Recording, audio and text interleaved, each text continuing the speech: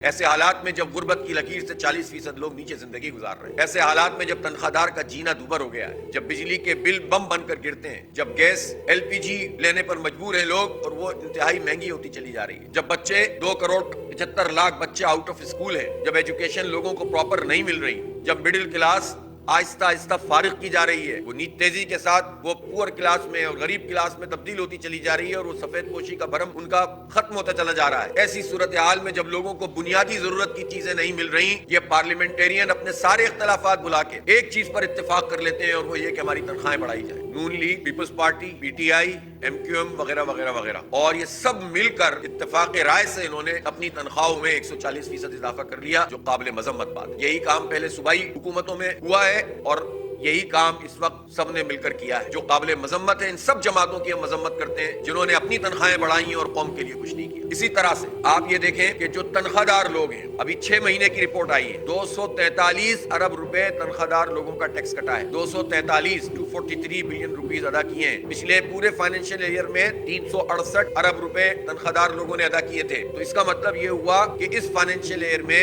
جو تنخواہ دار لوگ ہیں یہ 500 ارب روپے ادا کریں گے انکم ٹیکس کی مد میں، اور ان ساری پارٹیوں میں یہ اتحاد اور اتفاق موجود ہے کہ یہ بڑے جاگیرداروں پہ ٹیکس نہیں لگا رہے۔ کیا نون لیگ، کیا PTI، کیا پیپلز پارٹی اور کیا کوئی دوسرے تیسرے، سب مل کر یہ طے کیے ہوئے ہیں کہ جاگیرداروں پر، بڑے جاگیرداروں پہ ٹیکس نہیں لگے گا۔ تنخواہ داروں کو کا جینا انہوں نے دوبر کیا ہوا ہے، تو اس لیے ہم یہ سمجھتے ہیں کہ جو پارلیمنٹیرین بھی جس پارٹی کے بھی بیٹھ کر اس طرح کے فیصلے کر رہے ہیں یہ قوم کے خلاف کر رہے ہیں۔ اب یہ جو بڑے بڑے جاگیردار جن کے بڑے بڑے رقبے، ہزاروں ایکڑ، سینکڑوں ایکڑ زمین ہے، ان سب نے مل کر پورے پاکستان میں 4-5 ارب روپے جمع کرائے ہیں، اور تنخواہ دار لوگوں نے 6 مہینے میں 243 ارب روپے جمع کرائے۔ آپ اس سے اندازہ کر سکتے ہیں کہ اس ملک میں ٹیکس بھی کن لوگوں سے وصول کیا جاتا ہے اور کن کو چھوٹ دی جاتی ہے۔ یہ سب حکومتیں اس معاملے میں ایک ہیں کہ مافیاز کو سپورٹ کیا انہوں نے، IPP سے ان کے اوپر کوئی قدغن نہیں لگائی اور عوام کا خون نچوڑا ہے، بجلی کے بل بڑھائے ہیں، ٹیکس اس میں بڑھائے ہیں، پیٹرول کی لیوی پر سب کا اتفاق ہے۔ ہر دور میں جو ہے عوام کو برباد کرنے کا سامان یہ کرتے ہیں اور چند لوگوں کو فائدہ پہنچاتے ہیں، جاگیرداروں پہ ٹیکس نہیں لگاتے، شوگر مافیاؤں کو سپورٹ کرتے ہیں۔ لہذا ہم یہ سمجھتے ہیں کہ ہم اس پارلیمنٹ کے اس شرمناک رویے کو کہ عوام کا خون نچوڑو اور اپنی تنخواہیں بڑھاؤ، اس کو مسترد کرتے ہیں، اور یہ ساری جماعتیں اس کی رسپانسبل ہیں،